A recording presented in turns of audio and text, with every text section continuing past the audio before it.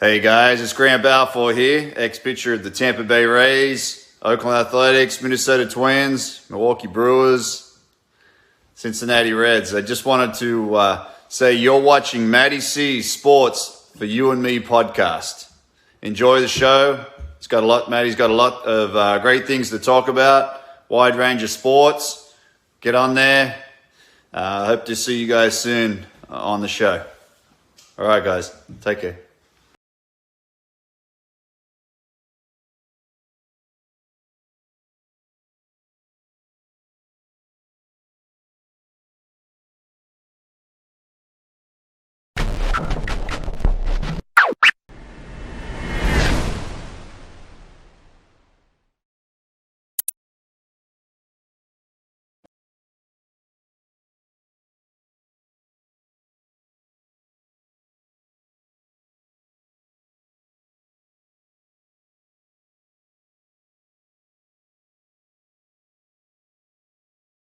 On this team, we fight for that inch. On this team, we tear ourselves and everyone else around us to pieces for that inch. Coming in at 320 kilobytes per second, it's time for MattieC Sports for you and me.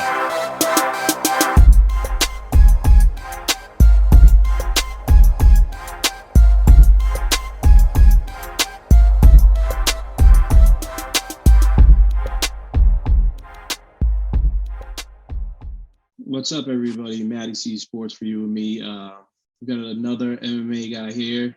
This guy's, you're 4-0, correct? Yes, sir, that's correct.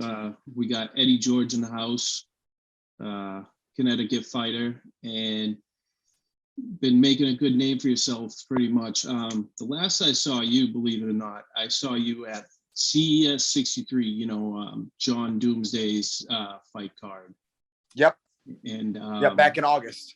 Yes, from what I remember, you did some damage to your opponent, Tony Jackson. That was a good one. I was like, "Oh, this kid's for real." And I appreciate it. Thank you. Then I was told by one of my producers of my show. He was like, "Yo, this guy Eddy George is he'll be interested because you trained with Nick Newell, right?" I do. Yeah, I train. I'm one of his pupils, so I come from under his lineage in MMA. You're a good guy to have lineage with, for sure. Yeah, man. Yeah. Real knowledgeable, not just in the art of fighting, but just the overall realm of MMA. He's been around for a while. He's well known, well liked, and on top of being able to on top of being a good fighter, so he comes with a whole package as a coach. So very blessed. Yeah, and you yourself, so you're 4-0 pro, and then you're pretty much on an 8-fight win streak, pretty much. Yeah. I haven't lost a fight. The last time I lost was in like 2017. That's a long time, for sure. That's a long time. I said, can I swear on here or no? I don't Absolutely. know. Yeah. Okay. Yeah. Back in 2017, I was like, fuck that. I'm done with this losing shit. And that was it. Yeah. And it was the fight I saw you. I was like, yep, this dude's gonna really show some people up. And since I saw you, you did. And that was August 20. Was it 21? Yeah, 21. Something like that. Yeah. Yeah. And that was a stacked card too. I mean, you had John Doomsday, you had Carlos Candelario, who's now with the UFC. Mm-hmm. And how do you feel like where your direction is now? And I mean, do you have a fight coming up soon? I don't have anything coming up. There was some talk for me to fight, in the first quarter of this year. As of right now, there's nothing like signed, no scheduled. So I'm just training hard, get my skill set better. So the last 2 times I fought in August that you saw, and I fought again less than a month later in September. And after that, I just really wanted to take some time to really level up my skill set. So ending last year, starting this year, I really took a lot of time to focus on, getting better and leveling up, because I wanted to go from the guy that people watch and say, oh, he has a good trajectory, like he could be really good one day, to the next time I fight, people say, this is like a UFC level guy or a contender series ready, like level guy. I really want to show a good development in my skill set. So really been honing in and focus on my craft so I can do that when the time comes. And didn't you have long hair at one point? I used to have a mullet. Yeah. I used to have a mullet. Yeah. Funny. I made my pro debut. Man? Say what? Is that what happened, man? I had to switch it up. I had the mullet for like 2 years. I started my pro career with the mullet. I had 2 fights. Yeah, my first 2 fights, I had the mullet.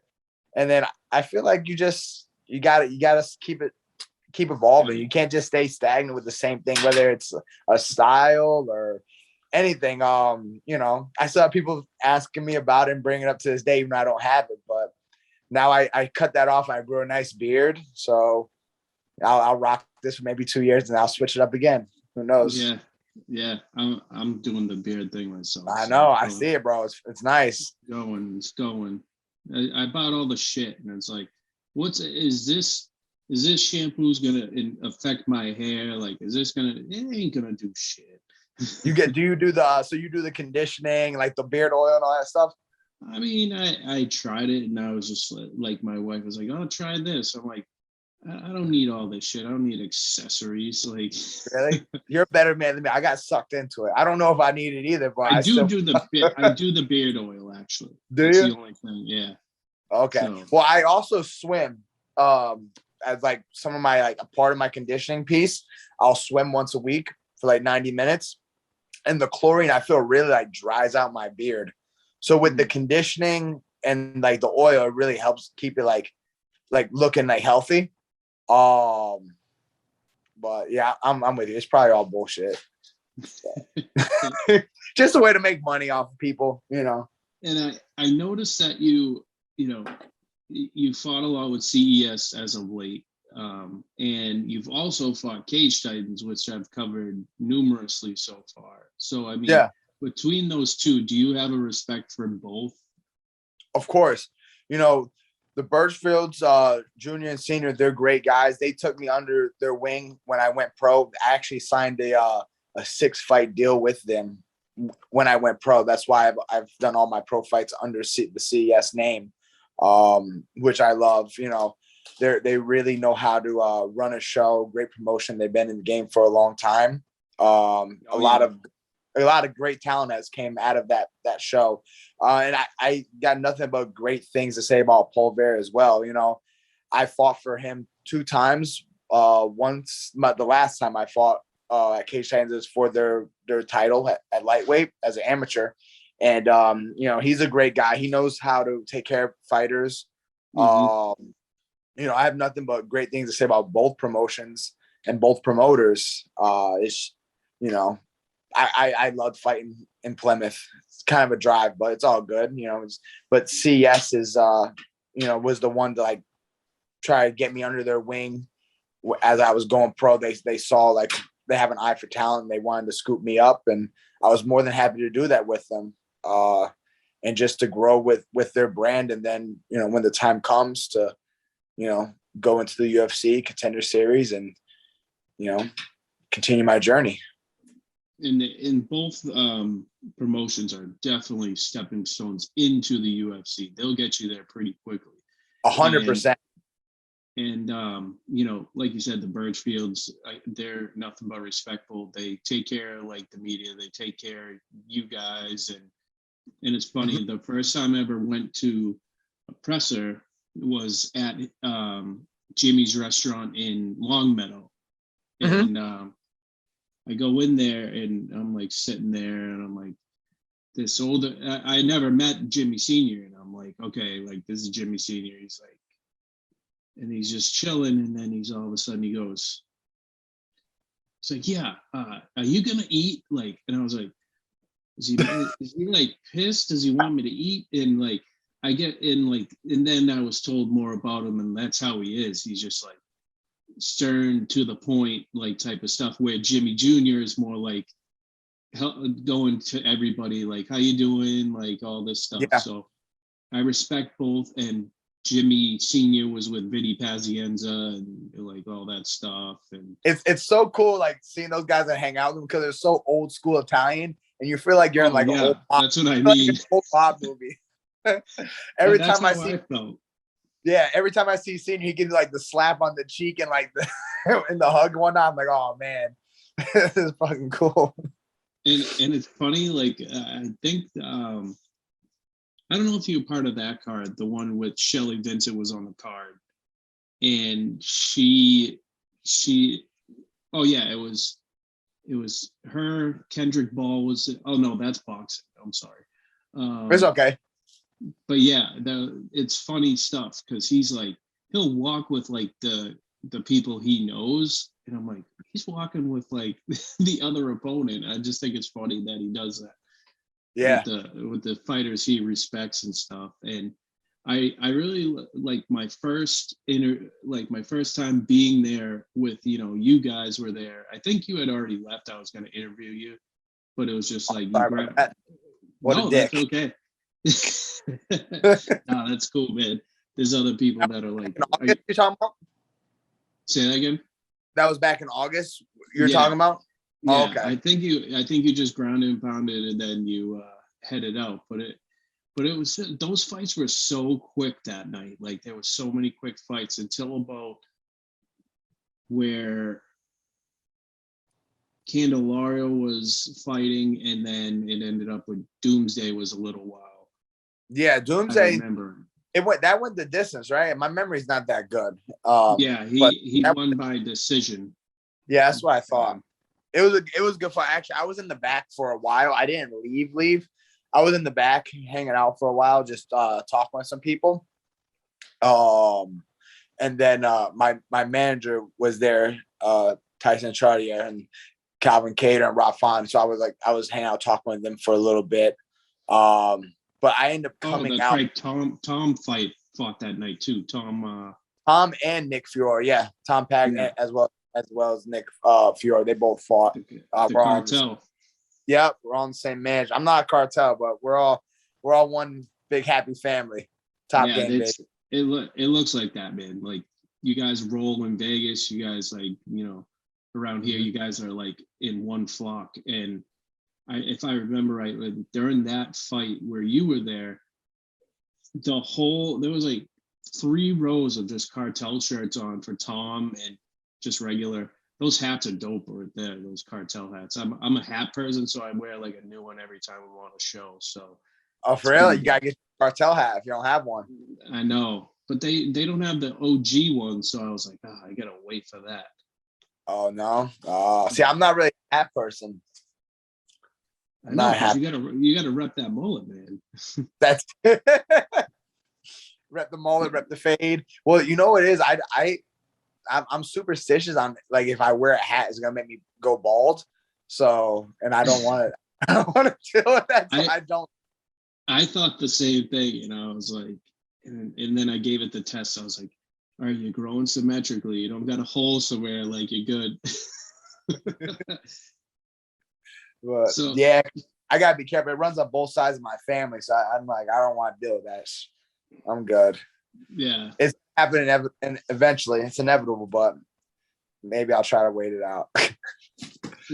So Eddie, what got you started in this game? Like, did you start from a boxing standpoint? Did you start from a kickboxing, Muay Thai, like, or is it just you started in MMA just in general? No, so when I was like a young kid, I dabbled in like traditional martial arts and whatnot, and like kind of dabbled in boxing for a little bit, but nothing to the point where I would say it like was serious enough to where I could call it like developing a skill set. I just gained a little bit of knowledge of what it is. And then I wrestled for a good majority. I started wrestling when I was 13 years old. Yeah, 13 years old. So I have more of like a wrestling background. And then I started training MMA under Nick. I signed up at his gym at like end of 2016. and then I didn't start training till the beginning of 2017, because I was a slack, lazy piece of shit, and I was like, I'm gonna give it a year to like focus. And I had like my first amateur fight after 6 months of training under him, and just started building momentum. Like my first two amateur fights, they were losses, but I was building momentum. I realized that I had potential to be good, just had to keep getting better. And so I stuck with the course and trusted the process. And, that led me to where I am today. If people would have asked, a long time, years ago, if I'd be here, they'd probably say no way, because I was an 0-2 amateur. With like a wrestling background that was kind of goofy striking, but I could fight naturally. So I just had to learn how to develop and hone everything in and smooth it out, which I'm still working on to this day. Well, it's funny because like your record doesn't go from the wrestling; it goes from you knocking motherfuckers out and and just ground and pound, like whatever it may be, strikes, like. You're pretty much boxing the shit out of people and beating the shit out of them. And yeah, it seems like you don't have to go on the ground.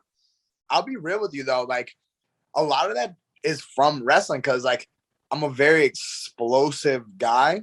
I know how to like run my feet. Like I could finish, I could take people down, I could do all that stuff, but my ability to explode transfers over, because once I learned how to have a good base with my punches, I really learned how to finesse, like sitting down on my punches. And that's how I was able to develop this like knockout power and just like hit people. And they'd be like, what the fuck was that? I feel like wrestling plays a big part in that.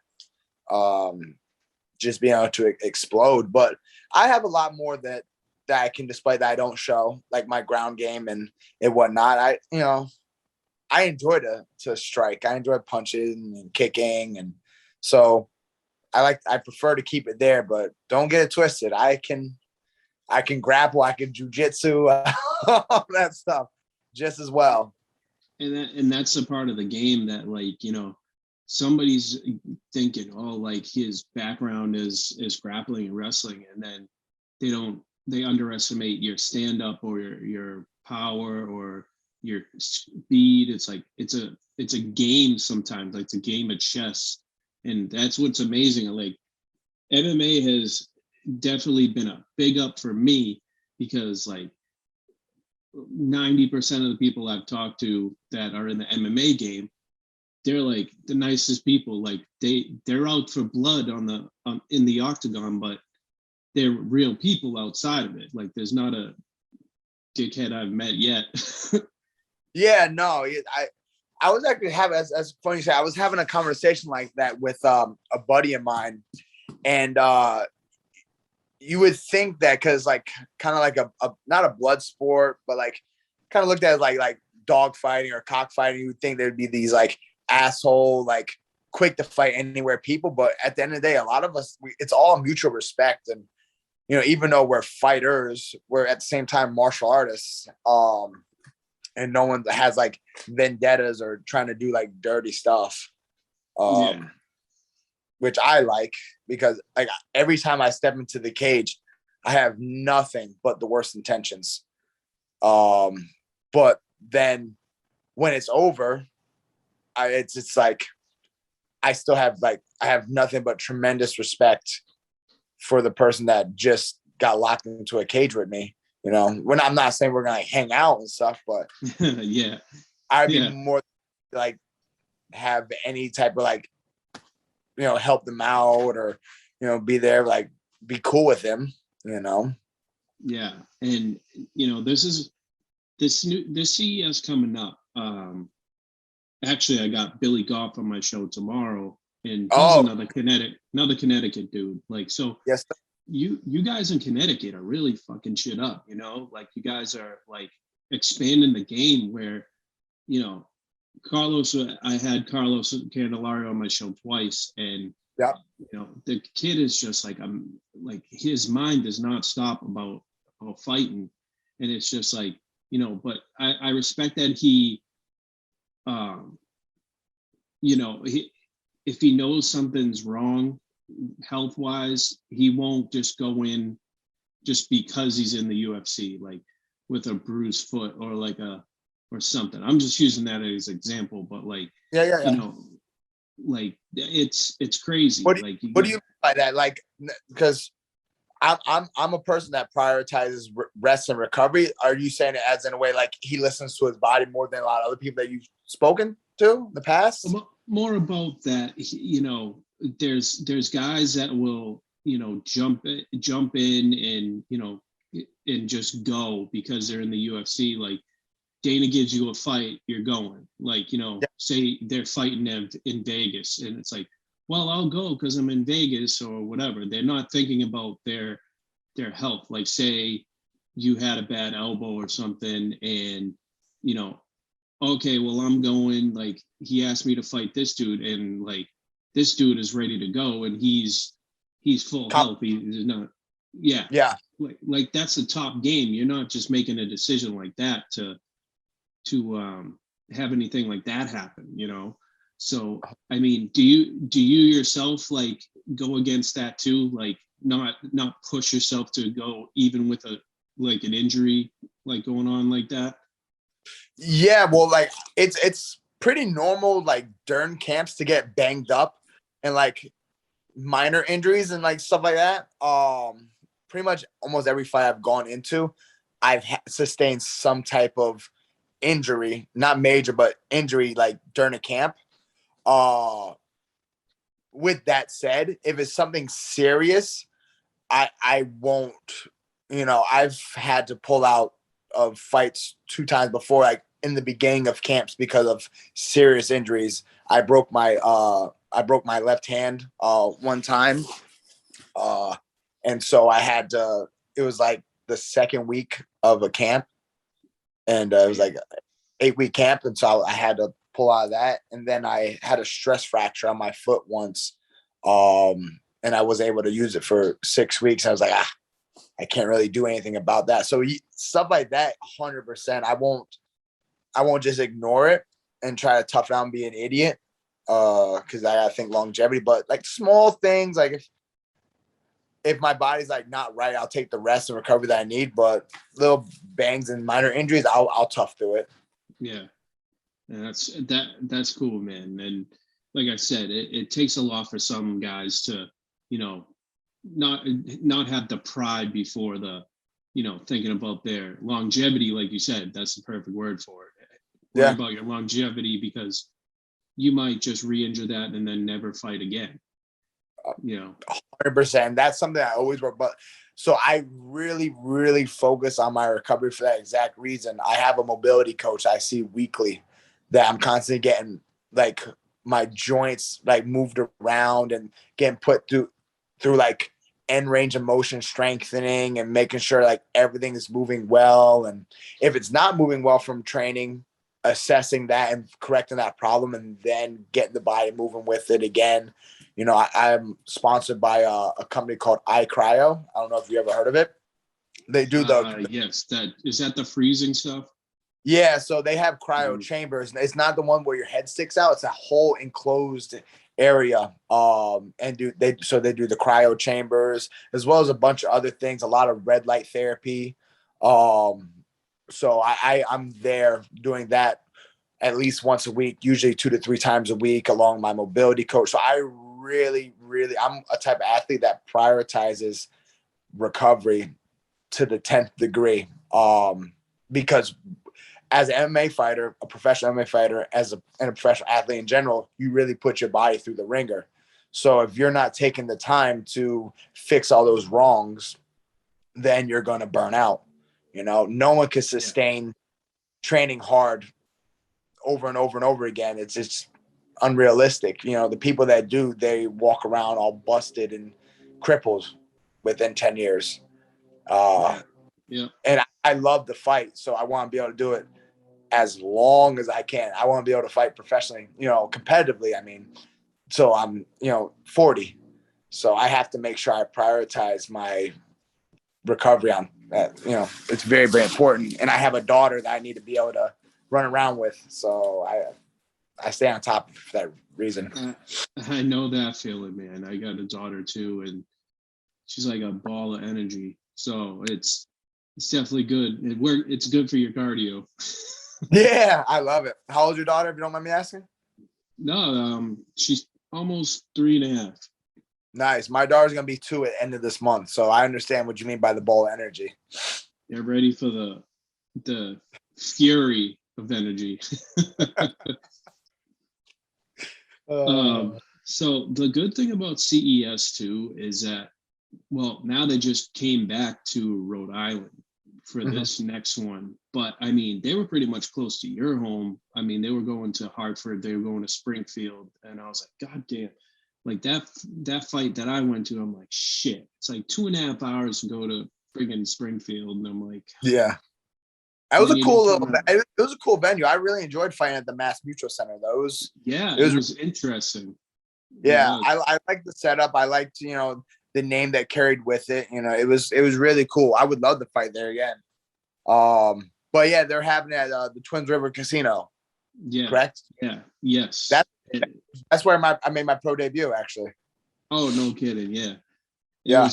It's a pretty cool venue. I heard nothing but good things about it because it's like just the right size for an MMA event.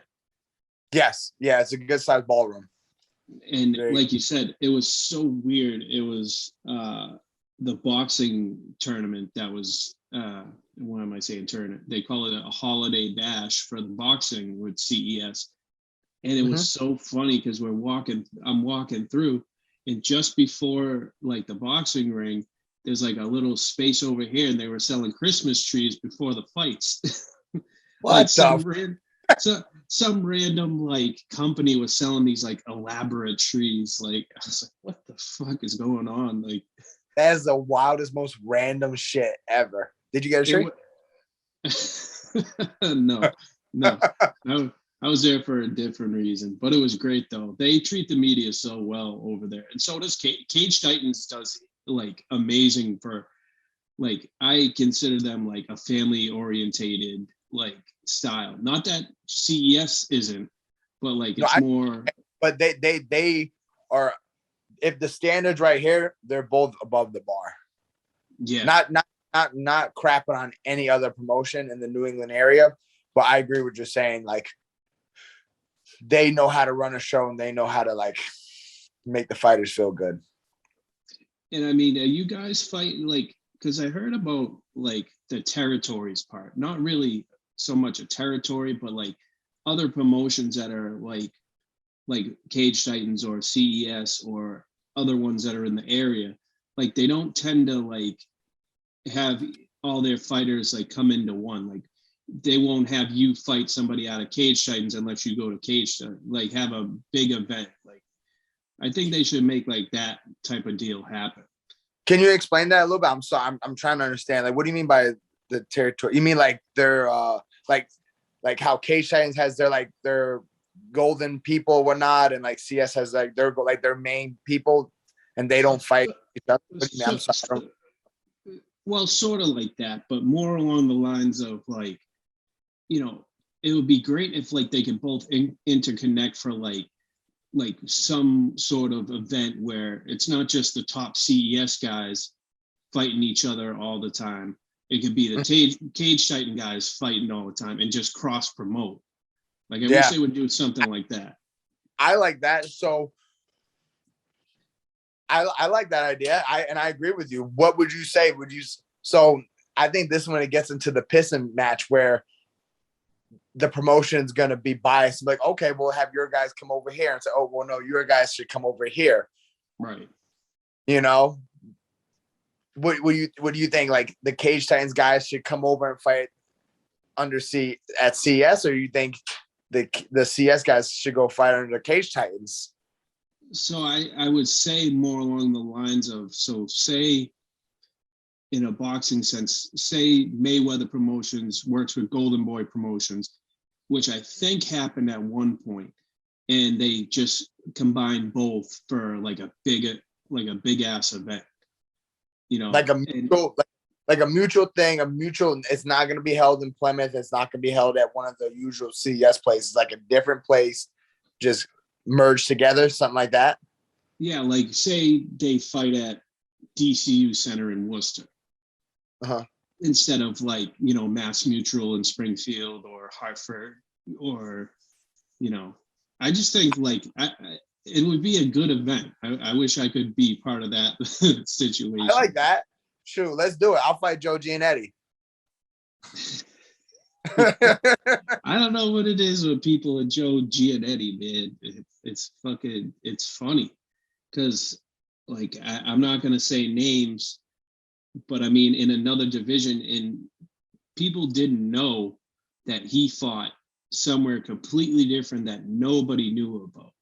He fought in the Midwest and lost twice, and then he fought Cage Titans, and like, he's pretty well liked there, except some fighters aren't big fans. I won't say who, but yeah, I mean, I don't know him myself, but like in a media point of view, he seems like an all right guy. Yeah, I've never had a I don't think we've even ever said hi to each other. So, but I said that because he's a top dog for Cage Titans and in my weight class. So that's just the first name that pops in my head. If you give me 5 minutes, man, I can think of another person. But as far as like their guy in my weight class, off the top of your head, can you think of another person real quick? 2 seconds. 5, 4, 3. I don't know. Would you fight? What is he again? Fucking, I got it right here. No, I mean like their guy, not someone that goes and fights. Oh, like, their guy. A little bit. Yeah, like doesn't matter weight class. No. At 155, yeah. At 155. Like their guy, like how I'm CES's guy. I'm signed under CES. Yeah, exactly. That's why I said his name. Because he is their guy. He is. Yeah. He is their guy. That's it. Nothing more, nothing less than that. Nothing to read into. And that makes sense though. That would be a cross promotion that would work, Yeah, like, exactly. 100%. I'd fight him. That would be a good one. I think I would bully him. I just was at the event last week on Saturday, and he had a pretty big brawl, like just back and forth. His face looked like a balloon. Fought? Say that again. He just fought? Yeah, he fought. I think his name's Jacob Bond. He fought him. He fought him last Saturday, and there was another one with Lionel Buggs. He was part of CES at one point. This guy, Joe Penafiel out of Orlando, he fought him. I know Joe. Yep. And Peter Barrett's been the name for Cage Titans for a long time. Yes. Billy Goff just took the title down there. So now he's fighting for a title with you guys. Yep. And I was told by a fighter the other day, last Saturday, and he's like, he's a belt chaser. He's looking for any belt that's coming around. And I said, I don't blame him. I respect that. I like Billy a lot. We've cross-trained together a couple of times. Really nice guy. Good training partner. Nice guy.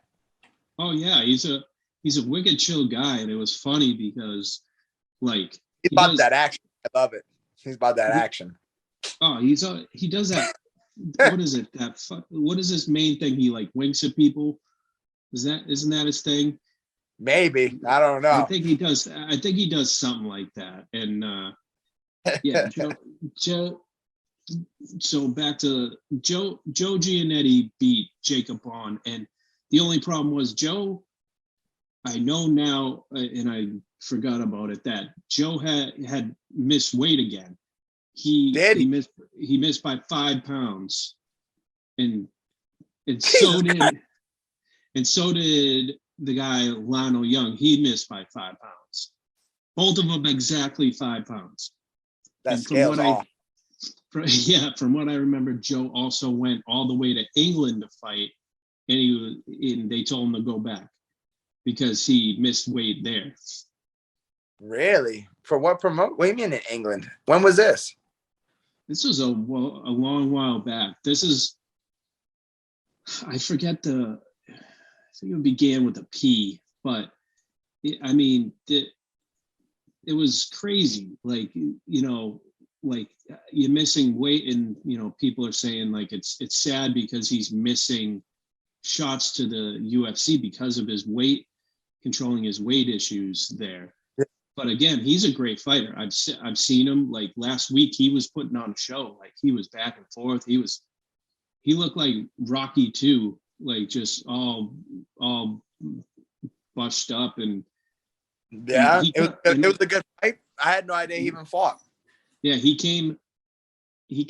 I saw him come to, the bar that they go to after they win the fight. Like, or yep, they right behind by the water right there. Yeah, like Main Street. Is it like Main Street on the Bay or something? I don't fucking know. Something like that. Yeah, yeah. I've after the cards before. Yeah, so it's like he came in, he was just like puffed up, man. It was crazy. I'm like, this dude doesn't want any medical attention. I'm like, he's fucking tough, man. Sure, I would have went and laid down. There's nowhere comfortable to lay down at Plymouth Memorial Hall. No, it's definitely. I would have gone to my house and laid down there. Are you from near the Plymouth there? Oh no, you're in Connecticut. I'm sorry. No. Yeah, that's a good shit. It's been a while since I drove to Plymouth. I'm gonna say though, I think it was like 3-hour drive, maybe 3.5-hour drive. Jesus. I can't really remember. I could be wrong, but I think it was like a 3.5-hour drive.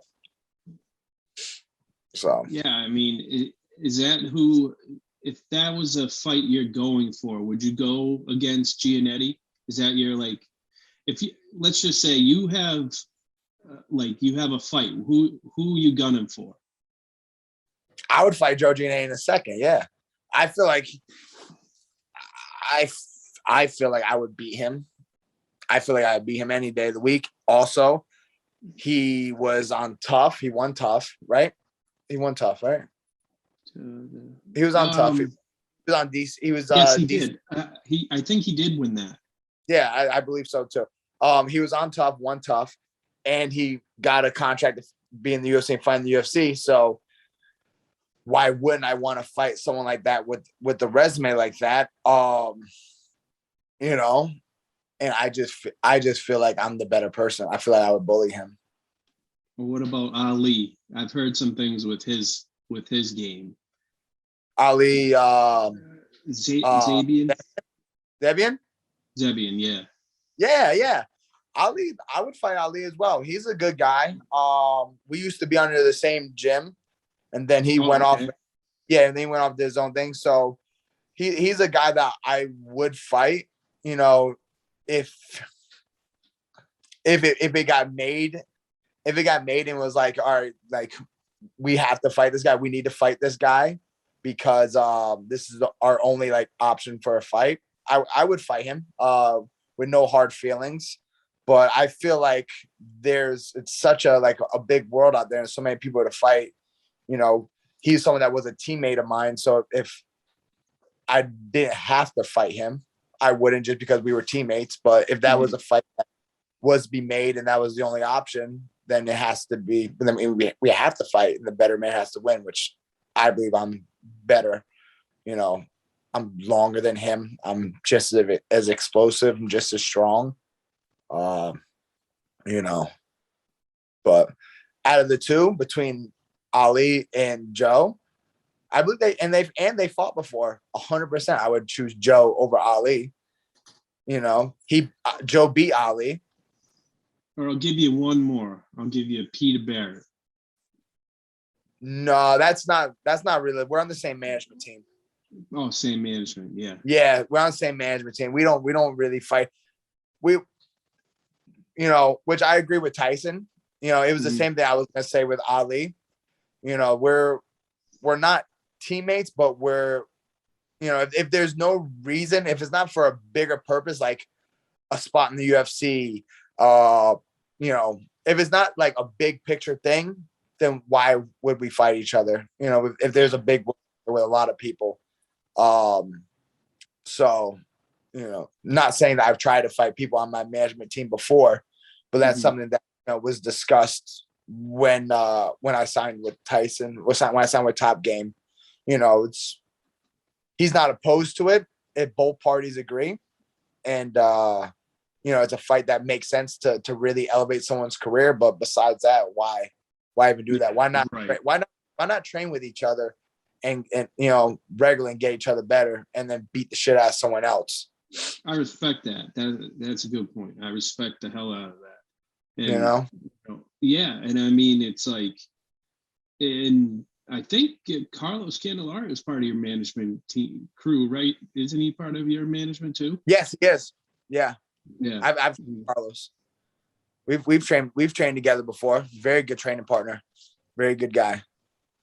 It's funny. I was telling him, I'm like, dude, what's with the glasses, man? They're like, it's like his signature. I'm like, dude, like, you're looking like a 1980s like Miami Vice shit going on right there, bro. You don't like it? But it's his style. I was like, it's vibe, bro. Cool as shit. It's cool as shit. Yeah, man. Yeah, he's a good guy. We've gotten some rounds in together. We've trained together. Super nice guy. Yeah, super nice guy. And that's the thing, when like if we're all like, if we're on a mutual team together and we're everyone's good and we're all like transcending up, why would we, when there's a big, me and him aren't in the same weight classes, so, but I'm still gonna use him as an example. Why wouldn't we like pull off of one another and elevate each other's game equally, and beat the shit out of people that aren't on our management team, aren't like teammates or anything like that? Why can't we take the pie from everybody else? Why do we gotta take the pie from each other? And I think it's funny. It's just like, like, that's the thing. Like I said, the MMA family doesn't go just to Massachusetts or Rhode Island or Connecticut. Y'all can be homies anywhere. Like, it's like you don't have to go to a fucking MMA conference to go to say, hey, I'm in Connecticut or I'm in Massachusetts. Like, you want to be friends type of shit? No, you guys go from like, management teams and word of mouth. Like, you either like somebody or you don't. Like, and I respect that. And so here's the thing. Like, I'm interested is, in boxing and MMA, I think one of the big problem is that these judges are not doing their job well, especially, I mean, Vegas has been having trouble, New York, California, and not so much Massachusetts, but actually there was one at Cage Titans. One of the judges submitted the card, and I guess the rule is, I don't know if like, if you submit that card and you literally give it to whoever takes it, you can't take that score or person's decision back. Like, one of the judges who does that. Yeah, once you hand it in, it's hand in type of, like, you hand in your ballot, right? Yeah. So like, they went to appeal. I don't know who won that appeal. I'll have to check that. But so what was the judge handed in, like, did some wild shit that wasn't even right and handed in a bullshit card? So the numbers were identical, like the numbers he was giving for the fight, and then he put the wrong fucking name. He wanted to put, he's like, he thought he was him kind of deal, and I'm like, how can you fucking like do that? So he scored it for the red corner, but accidentally wrote the blue corner's name down. Yeah. So Plymouth Memorial Hall, how loud it can get. People were fucking booing like a motherfucker, and Mike's like, "Don't worry, like, we got this. It's all set." Like, they weren't booing Paul Beard, they were booing the judge. They were so pissed. But it's like, how do you feel about? I feel like that's a legit mistake, not a judging fuck up. That's a legit mistake that should be easily like, no, that was accidental as fuck. Like overturn.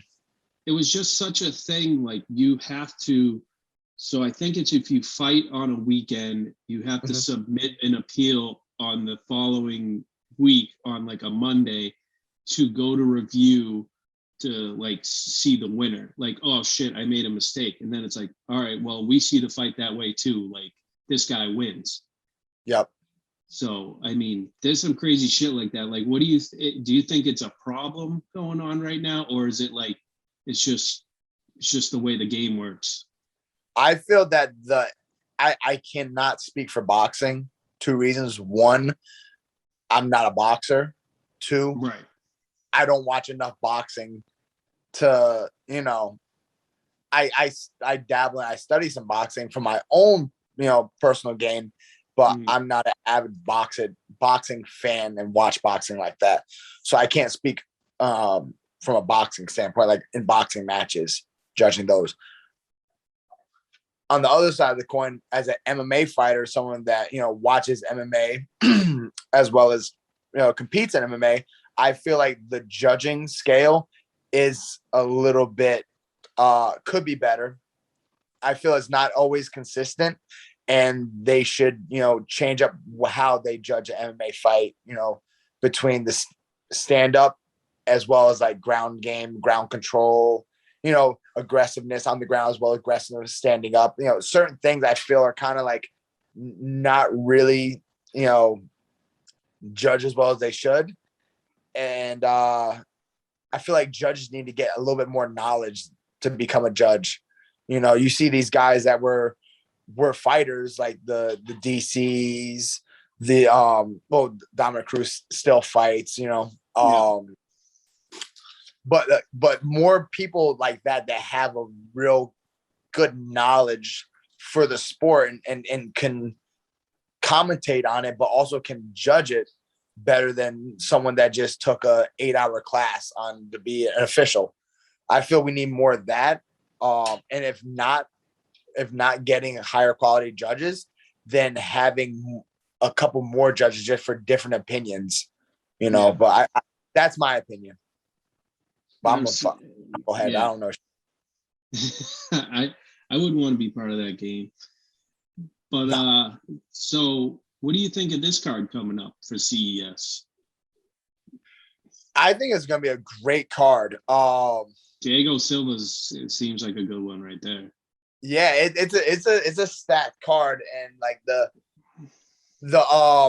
2 title fights are really, really good. Jay Perrin versus Ashik Azim or whatever, how you say his last name. I apologize. And Jay's pretty big in the Cage Titans game too. He still holds the belt, and which is funny because Joe Penafiel just took the vacant one. Mm-hmm. So I don't know. Maybe we'll see that happen. Maybe he'll come back, or maybe he'll switch over here. Who knows? Yeah, I don't know, but I feel like it's gonna be a pretty. Out of all the fights, that's the fight I'm excited to watch. I'm excited to see the most, because Jay brings a very good game. Great striking and whatnot, and Ashik is a tough guy that has a reputation for being able to hit hard and just staying in people's faces. And I'm excited to see like how that fight goes, if it gets into the deeper waters, the past like middle of round 3, past round 3, like that's what I'm excited to see that. I hope it goes the distance just so I can see both men show their warrior spirit and see Ashik like show something else, show like, can he sustain a good pace? Can he stay in someone's face? When he fought Chris Martino, he kept that real hard pace in the first round, and then the second round it was a little bit of a different story. So I'm excited as a fan favorite, to watch the fight. I'm a mutual party. I'm not pulling for one over the other. I just think that's a really good fight, and I'm excited to see that. Right, and that's the thing with media too. You can't be on one side. You got to be on both. Even though you expect another one, maybe a little more, still got to be respectful to the other person who may be the winner in a fight. which is hard to do sometimes because you make rapport with some of the fighters. So it's funny like that. And so my other funny question for you is, what did you think of New England mixed martial arts ranking of you? You're telling me something I don't know. What happened? I got ranked by who? What's New England mixed martial arts ranking? You are ranked 6th. Okay, well, and I don't even know. In the lightweight division. That's fine. I don't know who. I don't even know. I don't even read too heavily into Tapology because I feel like that's fucking all algorithms and some fat ass guy behind a computer that's never fought in a day of his life. So and that's what I think too. I'm like, how do you know in this one little fucking dot that is he's the number 1 rank in this little dot in fucking Minnesota? I'm like, how do you judge that? Like, So I mean, I don't. New England. What? I'm sorry, I've never heard of New England MMA Report. What was it? New England Mixed Martial Arts.org. They're good guys. I've known them for years. They cover a lot of CES and they cover everything, man. They're in Maine and they travel everywhere to go to these fucking fights. They're dedicated dudes. You should meet up. You should meet up with them. This guy Lars and Travis, guys are watching. Okay. They're good dudes. Yeah, that's cool. I mean, like, if however they did their ranking or whatnot, that's cool, man. 6th is whatever. I don't give a fuck about a ranking. All that's that matters. All that matters is I'm the best, and fuck it. New England ranking, like, New England's cool, but I'm looking at bigger picture stuff. So I'll be 300th in New England. I don't give a shit about a ranking. I also beat the fuck out of someone. So my final question to you, I know you got like a daughter, and I know you got like probably some other stuff going on outside of the ring. Like what octagon? What's your future besides MMA, or is it just like this is your bread and butter? You're gonna stick with this until 40 years old and nothing else? My brother, I am a very, very, very straight and narrow, obsessive personality guy. And I devote nothing but my time to, like, all my time to this. This is my full-time job. And I don't cut any corners with anything when it comes to training or mixed martial arts or fighting or whatever. Even like when it comes to spending time with my daughter and whatnot, and my training and everything comes first before that, because I love my daughter, but at the end of the day, my success is her success, and changing my stars changes her stars. That's so awesome, man. I'm a fighter through and through, and I got bagging groceries ain't it for me. Me neither. Fuck that shit. Fuck that shit. I'll die before that happens. I'll be like, you fucking pissed me off. Your bread's at the bottom, motherfucker. Yeah, man. No, this is my thing. This is my thing. I'm a fighter. I'm nothing else. I eat, sleep, and breathe fighting 24/7. To the point where my daughter's obsessed with fighting, not because I push her to be, but because I'm so engulfed in it and wrapped up in the sport and just in combat and bettering myself that she sees it. So, she's always, sees me at the gym. I FaceTime her. She knows what the ceiling of my gym looks like where I train at. She's, oh, Dada, pow, pow. She knows how she can kick, she could punch, or she has her own gloves.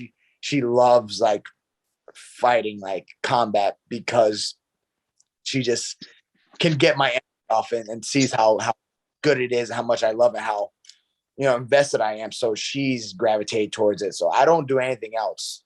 I don't go out to the bar, I don't hang out. I train and I recover and I eat and I sleep and breathe fighting. That's it. That's awesome. So if one of the other kids at her birthday party when she was 3 pisses her off, she'll know what to do. She already fucks kids up. It's gonna be a problem, but I don't give a shit. I condone it. I condone violence. That's okay. That's all right, man. So Eddie, where can anybody follow you at? Yeah, so Eddy George _MMA. That's my handle on Instagram as well as Twitter. I don't really get on Twitter that much though. I don't have yeah, I have it, and it's like too hard. I don't want to fucking tweet shit. Like, I tried it one time and I was like, this is not me. I'm trying too hard. I'm not being authentic. So I just have it and I don't use it. But Instagram, you could find me, follow me, interact with me there.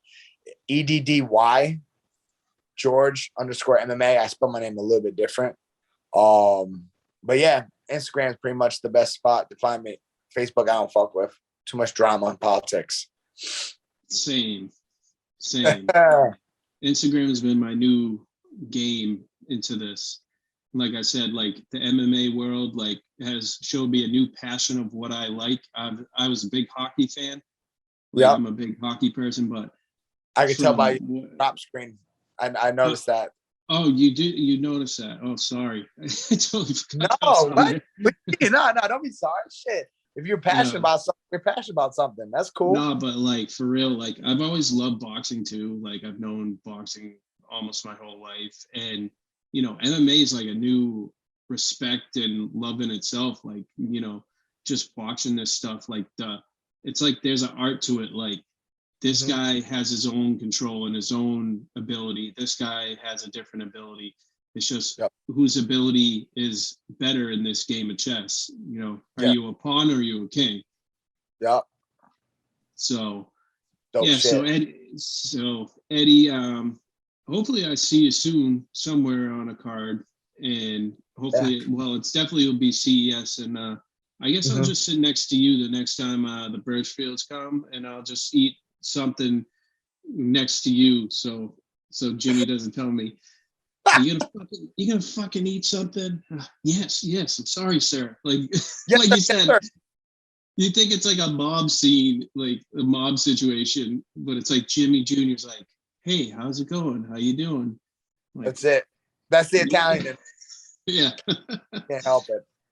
Well, Eddie, thank you for joining the show, and we'll keep updates on you, of course, and you know where you'll be fighting and wherever. So. Come a little close this way. I don't want to go to fucking Hartford or Springfield. Oh, I thought you were literally telling me to move over. Yeah. No. You got it, bro. I'll see what I can make happen. I'll try to put in the word and say, hey guys, come a little closer. Twin River is perfectly fine. That's like where are you located at again? Where are you located? Bridgewater, Massachusetts. Bridgewater, Mass. Okay. So like 20 minutes from Plymouth. Okay. Oh shit. No wonder why you do Cage Titans. Is it because it's close or you like it? Which one is it? Say that again. I said no wonder why you commentate at Cage Titans all the time. I said, is it because it's close or because you actually really like it? I love it, man. Like it's such a family ad. I like CES too. It's just so fucking far away. No, I get it. But they're good peoples too. I like them too. But if there are things at fucking at Bally's, I might just go there too. I might try to cover that event too. Yeah, man. March 4th. Yep, March 4th. But Eddie, thanks again, and we'll talk again, and if your fight's coming on, we'll have another interview.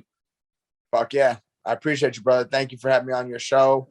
You know, thank you for taking the time to speak with me. It was a good talk, and 100%. Let me know next time you'd like to have me on. I'd love to do it again with you for sure. All right. Sounds good, Eddie. Thank you so much. You got it, brother. Enjoy the rest of your day. You too. Thanks for watching MattieC Sports for you and me. Make sure to follow Matty Cameron on Twitter at MattCameron23 or follow him on Instagram at MattieC23 or subscribe to his YouTube channel, MattieC Sports for you and me. Once again, thanks for watching.